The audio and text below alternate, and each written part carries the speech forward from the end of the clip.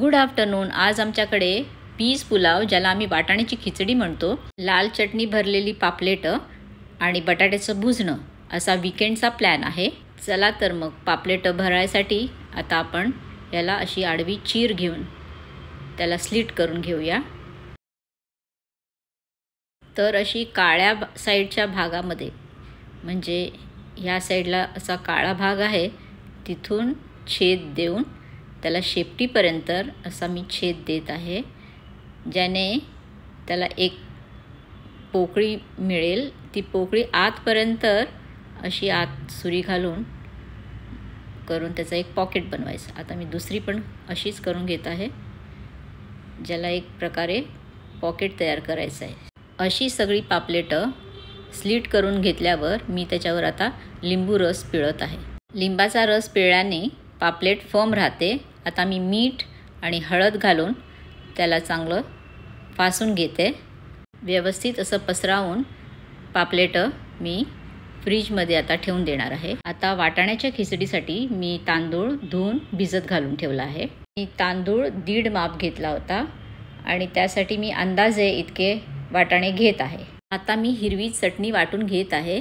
त्याच्यासाठी मला 1 वाटीभर नारळाचा चव, 1 वाटी बारीक चिरलेली कोथिंबीर मी इथे बारीक चिरून घेतली आहे, का म्हणजे आपल्याला वाटायला ती सोपी जाते।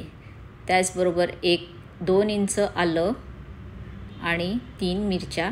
तुम्हाला हव्या असेल तर तुम्ही वाढवू शकता किंवा कमीही करू शकता, पण ही मिरचीशिवाय दुसरं काही तिखट नसल्यामुळे ह्याच्यात मी 3 मिरच्या घालत आहे। ह्या तिखट आहेत। असं अगदी थोडं पाणी घालून मी चटणी वाटून घेत आहे, का म्हणजे खूप जास्ती पाणी झाल्याने ती आपल्याला भाताबरोबर परतून घ्यायला त्रास होईल, म्हणून पाणीदार चटणी मी वापरत नाही। आता मी इथे अख्खे गरम मसाले काढून ठेवत आहे। वेलची, तेजपत्ता, मिरी, जायपत्री, दालचिनी आणि शहाजिरं। यानंतर मी मिक्सरमधून चटणी बाजूला काढून मिक्सर धुवून पाणीसुद्धा बाजूला काढून ठेवून दिले आहे।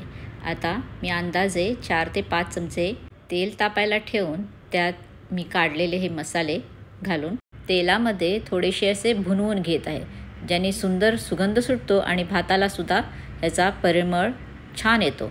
आता पाण्यातून उपसलेला तांदूळ मी यात घालत आहे आणि जिथपर्यंत छान तो परतून होत नाही तोपर्यंत मी छान परतावून मग त्याच्यामध्ये ही वाटून ठेवलेली हिरवी चटणी घालत आहे आणि तीसुद्धा छान परतावून घेत आहे, जिथपर्यंत मी पाणी तापायला ठेवून दिलेले आहे।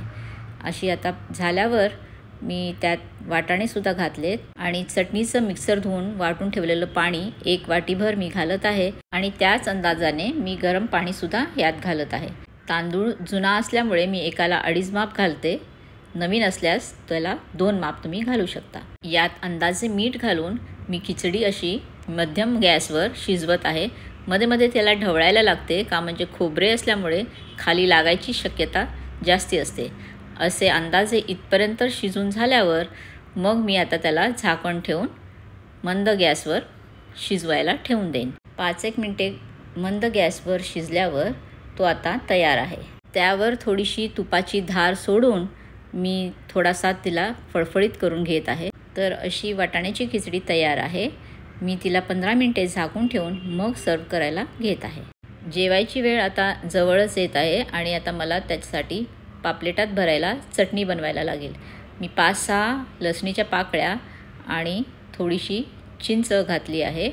साधारण अर्धा चमचा जिरं आणि 5-6 लाल मिरच्या घालत आहे। मिरच्या, लसूण आणि चिंच तुमच्या अंदाजाप्रमाणे घेऊ शकतात आणि जिरं थोडंसं कमी घ्यायचं। ॲट अ टाईम थोडं पाणी घालून ही चटणी बारीक वाटून घ्यावी, म्हणजे ती बरोबर पापलेटामध्ये बसू शकते, नाहीतर ती बाहेर पडू शकते। यात अंदाजे मीठ घालून मी परत एकदा व्हिप करून चटणी वाटीत काढून ठेवली आणि आता मी त्या पापलेटच्या पॉकेटमध्ये भरून ठेवत आहे। व्यवस्थित सगळ्या पापलेटामध्ये मी चटणी भरून झाल्यावर रवा आणि तांदळाच्या पिठाचं मिश्रण करून त्याला असं छान कोट होईस तोपर्यंत वरून दडपून पापलेटं तयार करून घेतली। मग पॅनमध्ये थोडेसे तेल घालून आता ही कोट केलेले पापलेट मी त्याच्यावर घालत आहे। वरून थोडेसे आणि तेल घालत आहे। मी साधारण कमीच तेल घालते नॉर्मलमध्ये, त्याच्यामुळे मला थोडं थोडं वरून वरून घालायला लागते आणि असं झाकून शिजवल्यावर फार तेल लागत नाही. अलगदच असे उलटून पालटून छान शिजून झाल्यावर आता मी ते सर्व करायला घेत आहे. आणि बटाट्याच्या भुजण्याची रेसिपी तुम्हाला आमच्या इंस्टाग्राम अकाउंटवरती पिन केलेली मिळेल. अशा रेसिपीज तुम्हाला आवडत असतील तर व्हिडिओला लाईक करा, शेअर जरूर करा आणि सबस्क्राईब करून मला समजू द्या. अशा तुम्हाला रेसिपीज आवडत असतील तर त्या मी नक्की पुढे घालत जाईन. हॅपी वीकेंड आणि धन्यवाद.